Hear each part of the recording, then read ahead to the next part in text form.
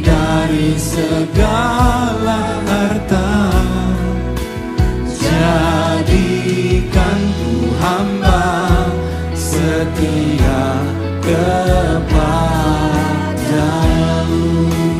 Sama-sama lebih dari segalanya, lebih dari segalanya, ku ingin Kau Tuhan, emas perak dan permata tiada artinya.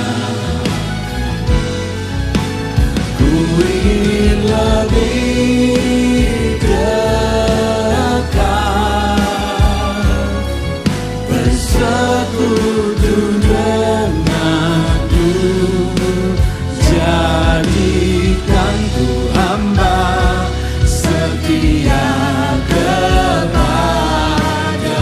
Sama-sama kita lebih dari segalanya, lebih dari segalanya, ku ingin Kau Tuhan, emas perak dan permata tiada artinya. Inilah kerinduan kami, ingin lebih dekat, bersekutu denganmu, jadikan ku hamba setia kepadamu,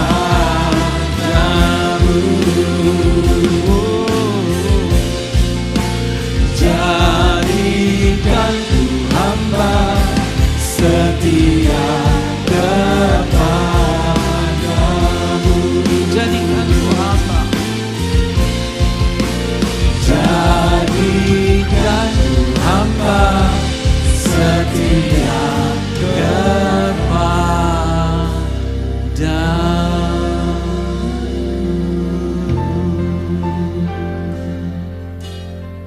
Terima kasih Tuhan.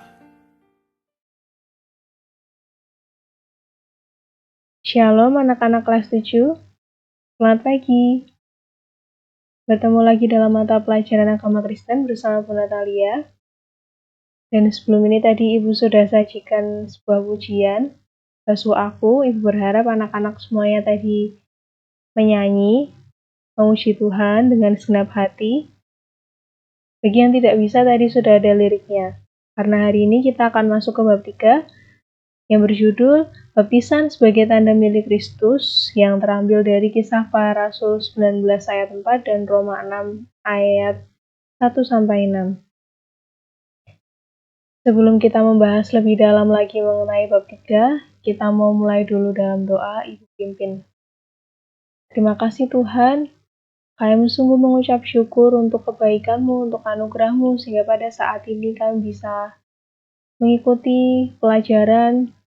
Kiranya Kau yang akan berikan hikmat kepada kami, kiranya Kau yang akan berikan kemampuan kecakapan kepada kami, sebagai guru maupun sebagai murid Tuhan, untuk dapat menangkap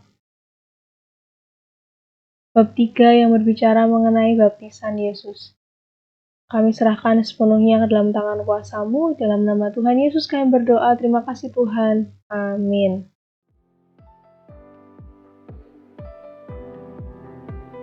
Arti baptisan sendiri berasal dari bahasa Yunani, yaitu baptizo, yang berarti menyelamatkan atau mencelupkan. Ada di dalam Injil Markus 7 ayat 4, juga Lukas 11 ayat 38, tampak adat istiadat Yahudi mengenai membasuh anggota tubuh dengan air sebagai simbol pembersihan diri. Adat kebiasaan ini berkaitan dengan makna baptisan sebagai pembasuhan atau membersihkan dengan air. Ayo kita membuka dulu bersama-sama. Kita mau cari tahu asal-muasal baptisan yang dari istiadat Yahudi di Markus 7 ayat 4 dan Lukas 11 ayat 38. Di dalam Markus 7 ayat 4 tertulis dengan jelas judulnya Perintah Allah dan Adat Istiadat Yahudi. Dan kalau pulang dari pasar, mereka juga tidak makan kalau tidak lebih dahulu membersihkan dirinya. Banyak warisan lain lagi yang mereka pegang, umpamanya hal mencuci cawan, kendi, dan perkakas-perkakas tembaga. Kemudian dalam Lukas 11 ayat 38, orang Farisi itu melihat hal itu dan ia heran karena Yesus tidak mencuci tangannya sebelum makan. Nah, dua ayat ini membuktikan bahwa pembasuhan atau pembersihan dengan air itu berasal dari adat istiadat Yahudi. Kemudian selanjutnya tertulis dalam Roma 6 ayat 1-6, Rasul Paulus memberikan penekanan pada arti baptisan. Jika demikian, apakah yang hendak kita katakan? Bolehkah kita bertekun dalam dosa, supaya semakin bertambah kasih karunia itu? Sekali-kali tidak.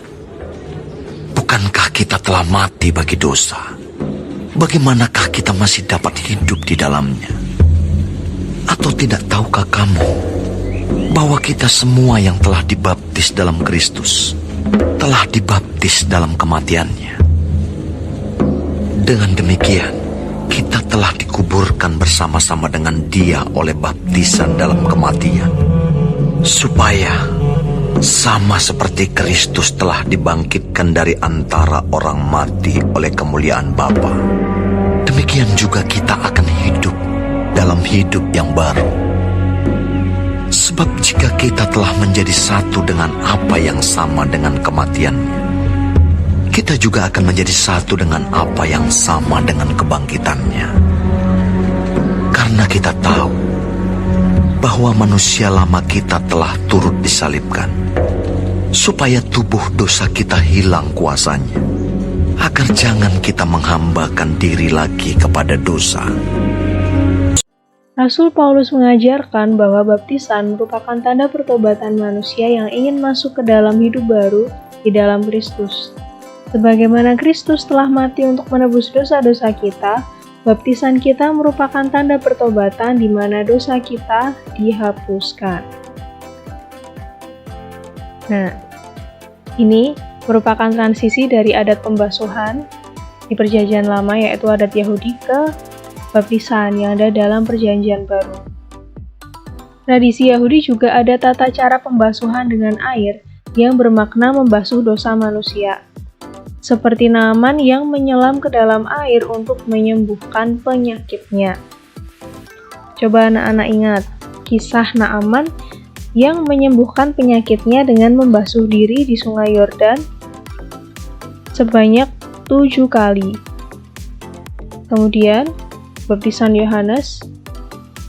Baptisan Yohanes adalah kelanjutan atau penerus dari adat pembasuhan Perjanjian Lama, namun dengan pengertian baru, yaitu bukan sekedar penyucian, tetapi sebagai lambang pertobatan untuk menerima pengampunan dosa. Coba anak-anak buka lagi di dalam Kisah Para Rasul 19 ayat yang keempat. Kisah Para Rasul 19 ayat yang keempat, kata Paulus, baptisan Yohanes adalah pembaptisan orang yang telah bertobat. Dan ia berkata kepada orang banyak bahwa mereka harus percaya kepada Dia yang datang kemudian daripadanya, yaitu Yesus. Lanjut di Lukas 3 ayat 3.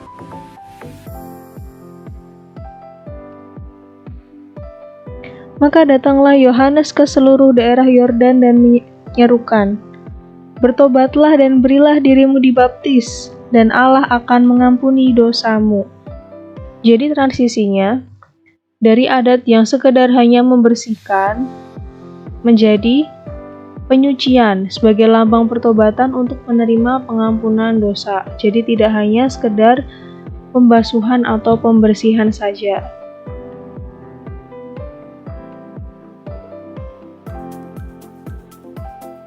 Ini ya ayatnya, Kisah Para Rasul 19 ayat yang keempat dan Lukas 3 ayat yang 3.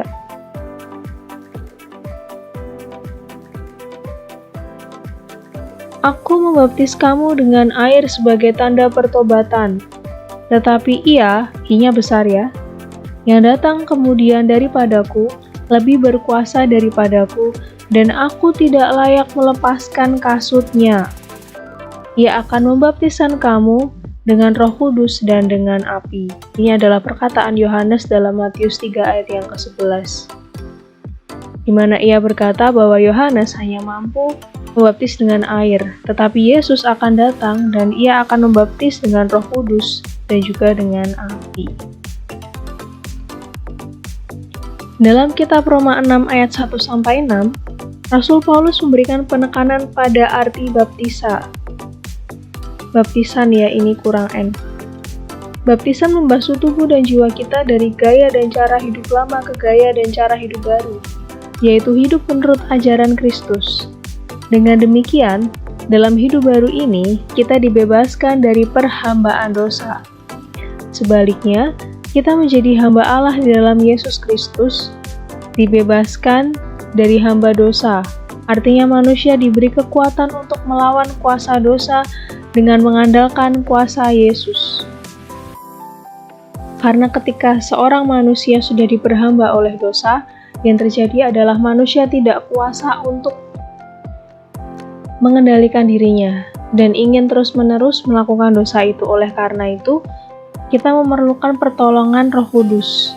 Kita memerlukan Yesus untuk melepaskan kita dari perhambaan dosa. Dan tanda dari kita sudah lepas dari perhambaan dosa itu adalah melalui baptisan. Baptisan menjadi pertanda seseorang menjadi milik Kristus. Kita mati bersama Kristus dan bangkit bersama Dia.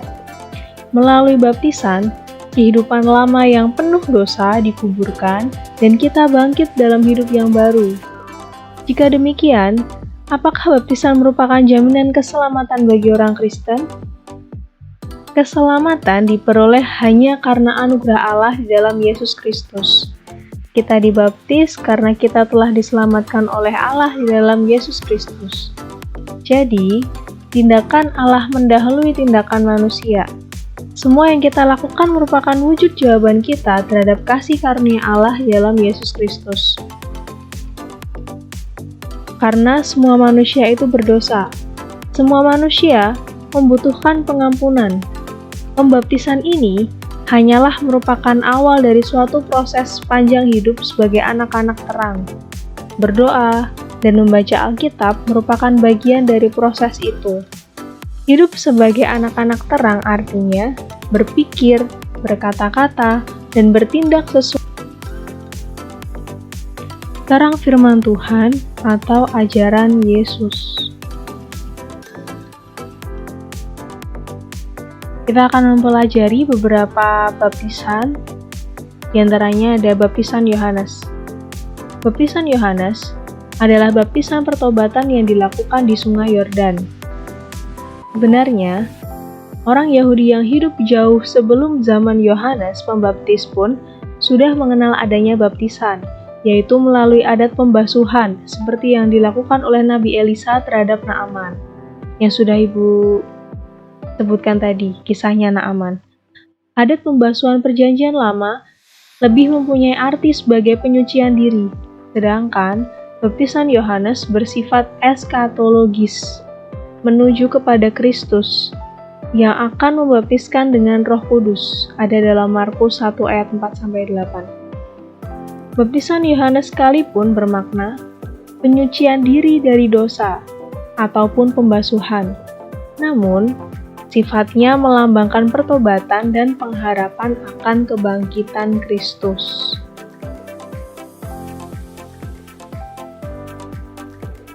Kemudian, ada baptisan anak-anak. Ada gereja yang melaksanakan baptisan untuk anak-anak, tetapi ada juga gereja yang hanya mengakui baptisan orang dewasa. Banyak gereja di Indonesia memilih untuk membaptiskan seseorang sejak bayi, dan baptisan dilakukan berdasarkan pengakuan dan iman orang tuanya. dalam Injil Lukas 18 ayat 16a, Matius 19 ayat 14a, Markus 10 ayat 14a, Yesus memarahi murid-muridnya yang ingin menghalang-halangi anak-anak datang kepadanya. Dia mengatakan, "Biarkanlah anak-anak itu datang padaku, jangan menghalang-halangi mereka." Yesus memberkati anak-anak. Maka, baptisan anak-anak memiliki dasar dalam Alkitab bahwa Yesus sendiri menyambut anak-anak dan memberkati mereka. Jadi, baptisan anak-anak memiliki dasar dalam Alkitab. Begitu pula baptisan orang dewasa yang ada di dalam Matius 28 ayat 19-20.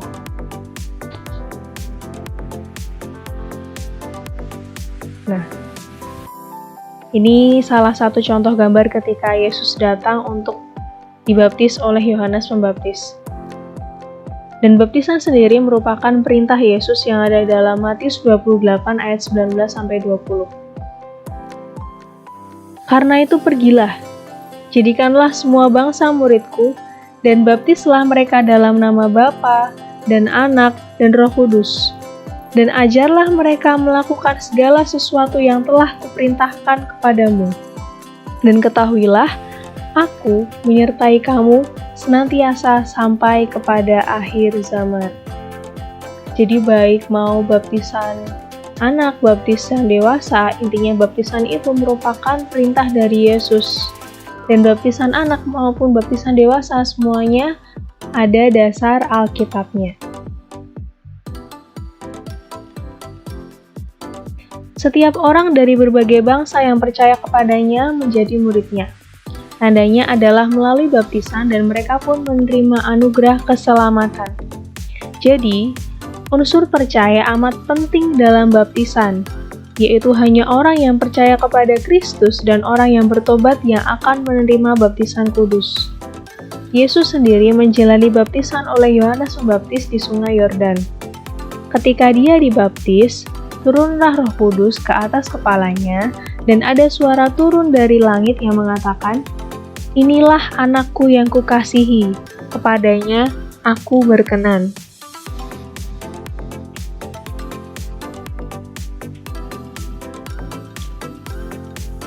Baptis percik atau selam?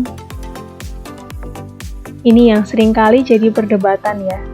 Sejak beberapa waktu yang lalu, banyak terjadi perdebatan mengenai cara baptisan mana yang lebih alkitabiah. Namun, Alkitab tidak memberikan penekanan pada cara baptis tertentu. Alkitab lebih memberikan penekanan pada makna baptisan. Tiap gereja melakukan cara baptisan menurut tradisi dan aturan gereja masing-masing. Yang terpenting bukan cara seseorang dibaptis, melainkan makna baptisan itu sendiri. Jadi mau anak-anak dibaptis percik atau dibaptis selam, mau orang tuanya anak-anak dibaptis percik atau selam, itu sebenarnya sama aja, tidak ada yang lebih rohani, tidak ada yang lebih alkitabiah. Yang penting makna baptisan itu. Jadi sampai di situ dulu pertemuan kita hari ini mengenai baptisan. Terima kasih, sampai jumpa di pertemuan berikutnya. Tetap jaga kesehatan dan semakin tingkatkan imun dan juga iman. Mari kita tutup di dalam doa. Terima kasih Tuhan untuk penyertaan-Mu sepanjang pelajaran hari ini. Kiranya Kau yang akan berikan kami hikmat Tuhan untuk dapat menangkap materi mengenai baptisan, bahwa kami untuk sungguh-sungguh memaknai baptisan ketika kami sudah dibaptis sebagai penyucian, sebagai lambang pertobatan kami untuk memiliki kehidupan yang baru yang terlepas dari dosa. Di dalam nama Tuhan Yesus kami berdoa, terima kasih Tuhan. Amin. Tuhan memberkati.